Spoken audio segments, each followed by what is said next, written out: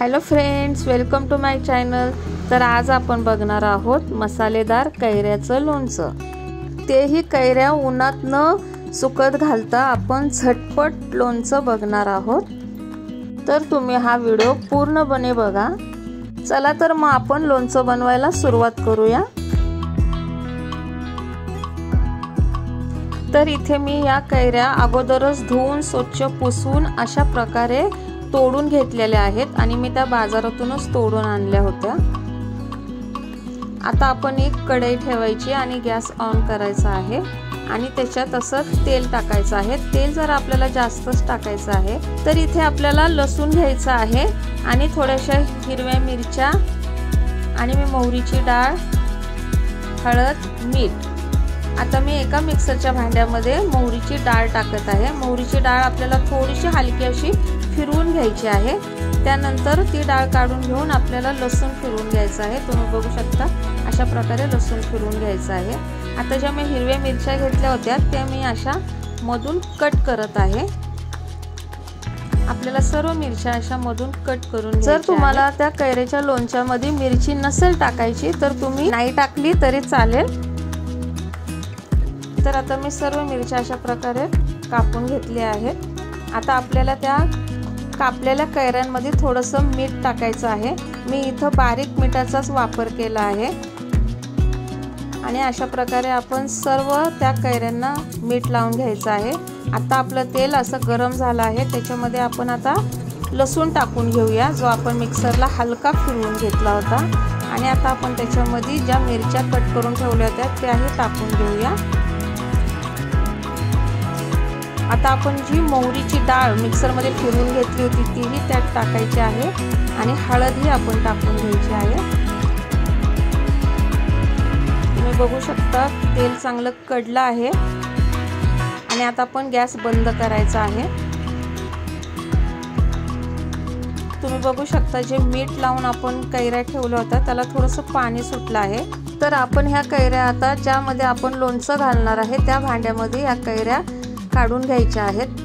तुमच्याकडे जर काचेची भरणी असेल तर तुम्ही त्यातही काढू शकता, पण मी इथं छोटा एक प्लास्टिकचा डब्बा घेतला आहे तर त्याच्यात मी अशा प्रकारे सगळं कैऱ्या काढून घेतले आहे। आणि आपण ते पाणी टाकून द्यायचं आहे। खाली जे थोडंसं मीठ असेल ते आपण त्याच्यात टाकून घेतलं तरी हरकत नाही। आणि आता आपण वरून फ्रेश मीठ त्याच्यात थोडंसं टाकून घ्यायचं आहे। मिठाचं प्रमाण आपण थोडं जास्तच ठेवायचं आहे।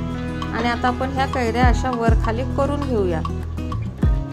आता आपण जे सगळं मिश्रण तेलामध्ये कडवून घेतलं होतं ते थोडंसं कोमट झालं आहे। आता आपण ते सर्व त्याच्यामध्ये टाकून घेऊया। तर तुम्ही बघू शकता अशा प्रकारे मी सगळं त्याच्यामध्ये टाकून घेतलं आहे। तेलाचं प्रमाण आपल्याला थोडंसं जास्तच ठेवायचं आहे।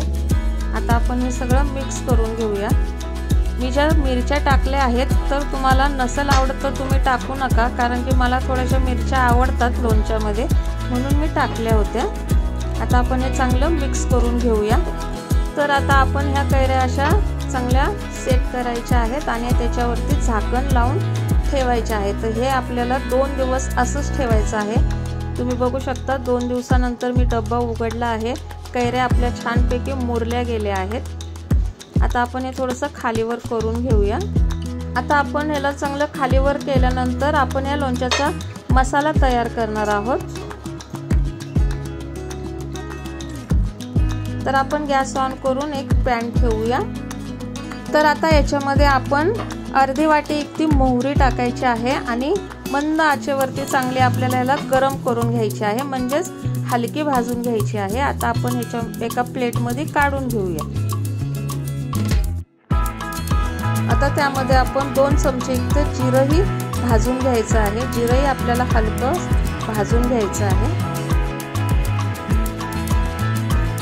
जिरं भाजून झालं आहे तेही आपण एका प्लेटमध्ये काढून घ्यायचे।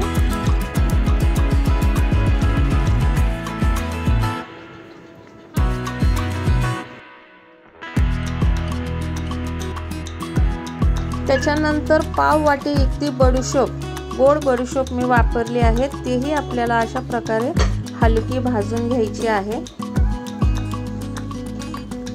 आता ती बडीशोपी भाजून झाली आहे, आपण तीही एका प्लेटमध्ये काढून घेऊया। आणि मी इथे 2 चमचे इतकी मेथी घेतली आहे, तेही आपल्याला अशाच प्रकारे हलकी भाजून घ्यायची आहे आणि तीही मेथी आपल्याला त्या प्लेटमध्ये काढून घ्यायची आहे। आता त्यामध्ये आपल्याला 4 ते 5 लवंग आणि 5-6 काळी मिरी आणि 1 चमचा धन आणि 2 ते 4 लाल मिरच्या हे सगळं घ्यायचं आहे आणि आपल्याला तेही सगळं गव्हळं असं भाजून घ्यायचं आहे। आता तेही आपण चांगलं भाजून घेतलं आहे, तेही आपण एका त्याच प्लेटमध्ये काढून घ्यायचं आहे। आता आपण हा सगळा मसाला छानपैकी असा भाजून घेतला आहे। तर हा सर्व मसाला आपण अशा प्रकारे मिक्स करून घेऊया आणि थोडासा थंड करून घेऊया।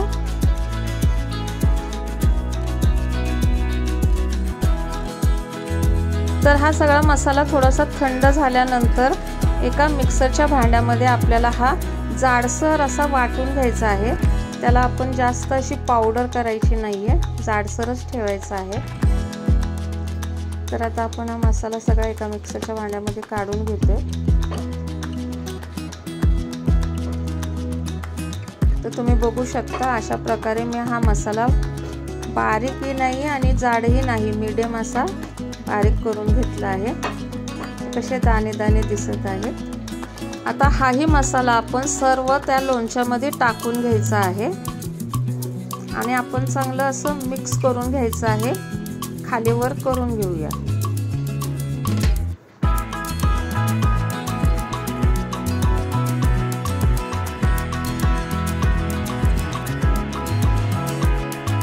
तुम्ही बघू शकता आपलं लोणचं किती छान दिसत आहे आणि लोणच्याला कलरही किती छान आला आहे।